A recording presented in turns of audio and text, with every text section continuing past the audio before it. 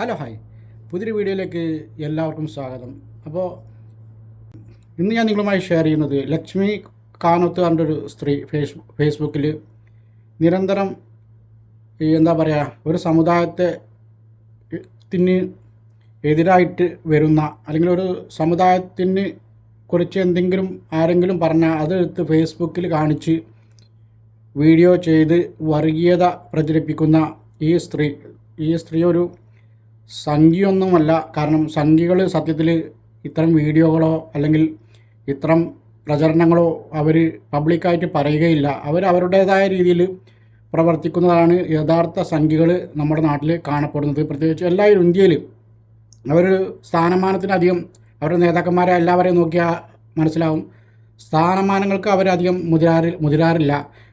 ഇത്തരം സ്ത്രീകൾ നമ്മുടെ കേരളത്തിലുള്ള ഇത്തരം ഈ ലക്ഷ്മി കാനത്ത് അതുപോലെ കുറേ ടീമുണ്ട്. ഇവരൊക്കെ ഇതിൽ ഈ സോഷ്യൽ മീഡിയയിൽ വന്നിട്ട് ഇത്തരം വർഗീയത വിളമ്പുന്നത് ഇവർക്കൊരു സ്ഥാനമാനത്തിന് വേണ്ടിയാണ്. കാരണം ഇത്തരം വീഡിയോകൾ ചെയ്തവരൊക്കെ കഴിഞ്ഞ പഞ്ചായത്ത് തിരഞ്ഞെടുപ്പിലും ഇപ്പോഴത്തെ ഇലക്ഷനിലൊക്കെ നിൽക്കാനും അതിനു വേണ്ടിയിട്ടുള്ള കരുക്കൾ നീക്കുന്നതൊക്കെ നമ്മൾ കണ്ടതാണ്. അപ്പോൾ പറഞ്ഞു വരുന്നത്, ഈ സ്ത്രീ ചെയ്യുന്ന വീഡിയോക്ക് ഒരു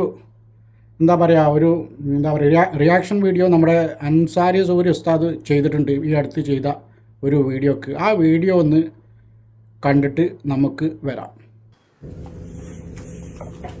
വന്ദേ മാതരം ഈരടികൾ മാത്രം അവതരിപ്പിച്ചത് പ്രതിപക്ഷത്തിന്റെ വിജയം. പ്രതിപക്ഷ നിലപാട് സർക്കാർ ശരിവെച്ചതിൽ സന്തോഷം എന്ന് PA മുഹമ്മദ് റിയാസ്.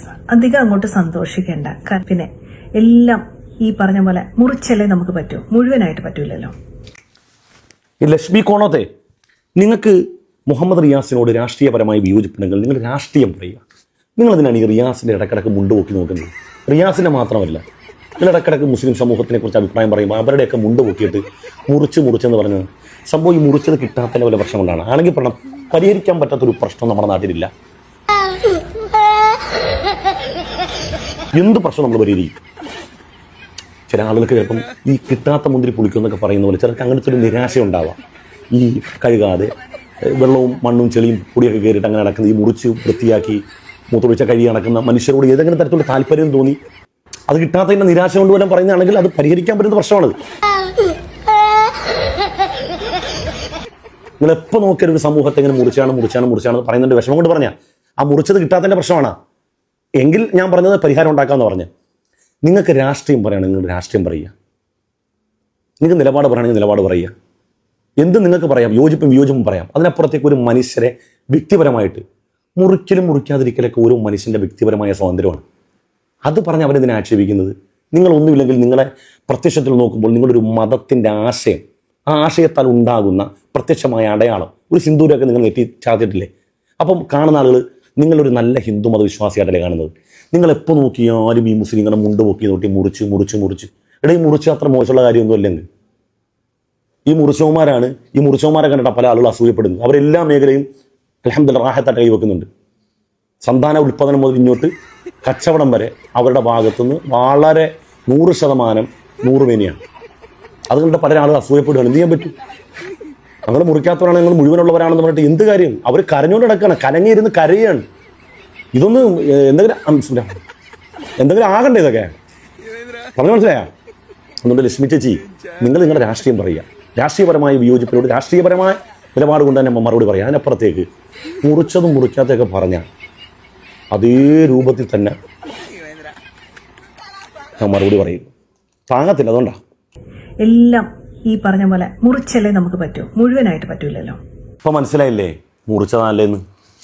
അപ്പോൾ ഈ സ്ത്രീക്ക് എന്നുള്ള ഇത്തരം ആളുകൾക്ക് മുസ്ലിങ്ങളെ ചൊറിയാനും മുസ്ലിങ്ങളുടെ എവിടെയാണ് കട്ട് ചെയ്തത്, മുസ്ലിങ്ങളുടെ കട്ടിങ്ങിനെ കുറിച്ച് പറയാനും എടുക്കുന്ന ഈ സ്ത്രീക്ക് നിലവിൽ കിട്ടാവുന്നതിൽ വെച്ച് ഏറ്റവും നല്ലൊരു മറുപടിയാണ് ഉസ്താദ് ഹാസ്യരൂപേണ കൊടുത്തിട്ടുള്ളത്. എന്നാലും ഇനി ഇത്തരം വീഡിയോകളുമായി ഈ സ്ത്രീ വരില്ല എന്ന് നമുക്ക് പ്രതീക്ഷിക്കാം.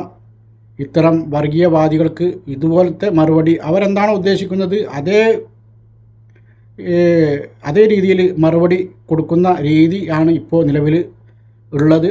അപ്പോൾ ഈ വിഷയത്തിൽ നിങ്ങളുടെ അഭിപ്രായം കമൻറ്റായി രേഖപ്പെടുത്തുക, ഒരു ലൈക്ക് അടിക്കുക. അപ്പോൾ പുതിയൊരു വീഡിയോയുമായി വീണ്ടും കാണാം. ബൈ.